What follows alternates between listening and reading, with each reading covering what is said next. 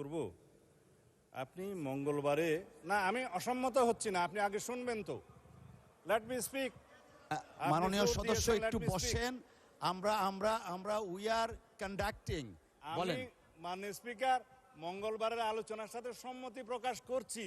ওনারা হয়তো মনে করছেন আমি বিরোধিতা করব না, যদি সংহতি প্রকাশ করেন তাহলে তো নতুন করে কথা বলার দরকার নেই। একটা কারেকশন দিচ্ছি।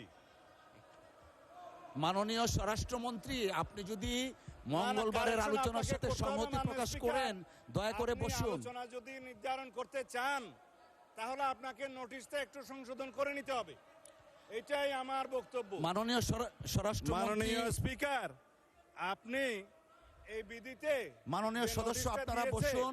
সেটা আপনি আগে সংশোধন 200-র বেশি সার্ভিস ও ফিচারে লেনদেনের সব বিকাশ অ্যাপে সম্ভব। করেন। মাননীয় সদস্যবৃন্দ আপনারা বসুন। মাননীয় স্বরাষ্ট্রমন্ত্রী আপনিও বসুন। আমার ডিসিশন অলরেডি হ্যাজ বিন প্রনাউন্সড। মাননীয় স্বরাষ্ট্রমন্ত্রী, my decision already has been প্রনাউন্সড। মাননীয় মেম্বার আপনারা বসুন। আমরা পরবর্তী কার্যসূচিতে যাচ্ছি। আপনারা বসুন, দয়া করে আপনারা বসুন। মাননীয় স্বরাষ্ট্রমন্ত্রী আপনি বসুন। মাননীয় সংসদ সদস্যগণ আপনারা বসুন। My decision has been pronounced. 31শে মার্চ নির্ধারণ করা হয়েছে। সর্বশেষ আলোচনার জন্য 2 ঘন্টা সময় থাকবে। ধন্যবাদ আপনাদেরকে, ধন্যবাদ।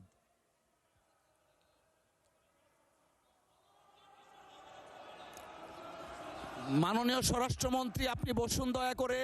মাননীয় সংসদ সদস্যবৃন্দ আপনারা বসুন। এরপরেরটা কি আছে?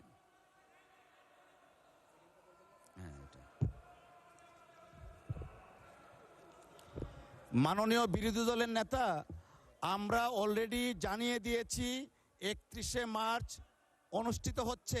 দয়া করে বসেন, আমরা পরবর্তী কার্যপ্রণালীতে যেতে চাচ্ছি।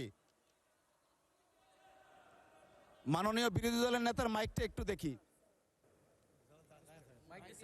না, আমি বলছিলাম যে আপনি রুলিং দেওয়ার পরে এই বিষয়ের উপরে আর কোনো কথা চলে না। ধন্যবাদ, ধন্যবাদ মাননীয় বিরোধী দলের নেতা, আপনি দয়া করে বসুন। আমি আবারও উল্লেখ করছি, আগামী 31শে মার্চ রোজ মঙ্গলবার দিনের সর্বশেষ বিষয় হিসাবে 2 ঘণ্টাকাল বিরোধী দলের নেতার মুলতবি প্রস্তাবটি আলোচনার জন্য সময় নির্ধারণ করা হলো। ধন্যবাদ। আমরা পরবর্তী কার্যসূচিতে যাচ্ছি।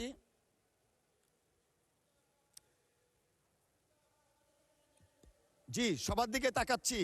পরবর্তী কার্যসূচি আরেকটা মুলতবি প্রস্তাব আছে। আপনারা দয়া করে বসুন, আমি পরবর্তীতে যাচ্ছি।